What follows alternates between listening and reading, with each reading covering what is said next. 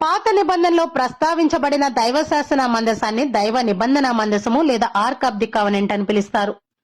ఈ మందసము చెక్కతో ఇటుకరాయి ఆకారంలో చేయబడినటువంటి ఒక పెట్టె.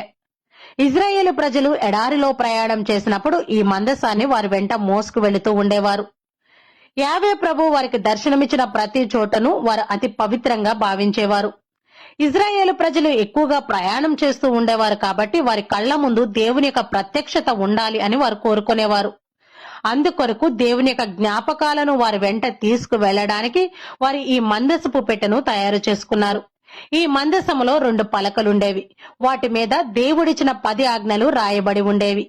దేవుని పరిశుద్ధ హస్తాలతో తాకబడిన పలకలు కాబట్టి వాటిని మహా పవిత్రంగా భావించేవారు ఇజ్రాయేలు ప్రజలు. ఈ మందసములో ఇంకా మన్నాలోని ఒక చిన్న భాగము మరియు అహరోను యొక్క కర్రను పెట్టేవారు.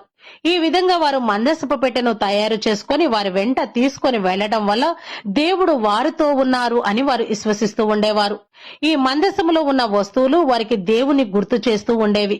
ఈ విధంగా మందసము దేవుని యొక్క ప్రత్యక్షతకు మరియు దేవుని యొక్క శక్తికి మరియు దేవుని యొక్క నాయకత్వానికి నిదర్శనంగా నిలిచేది.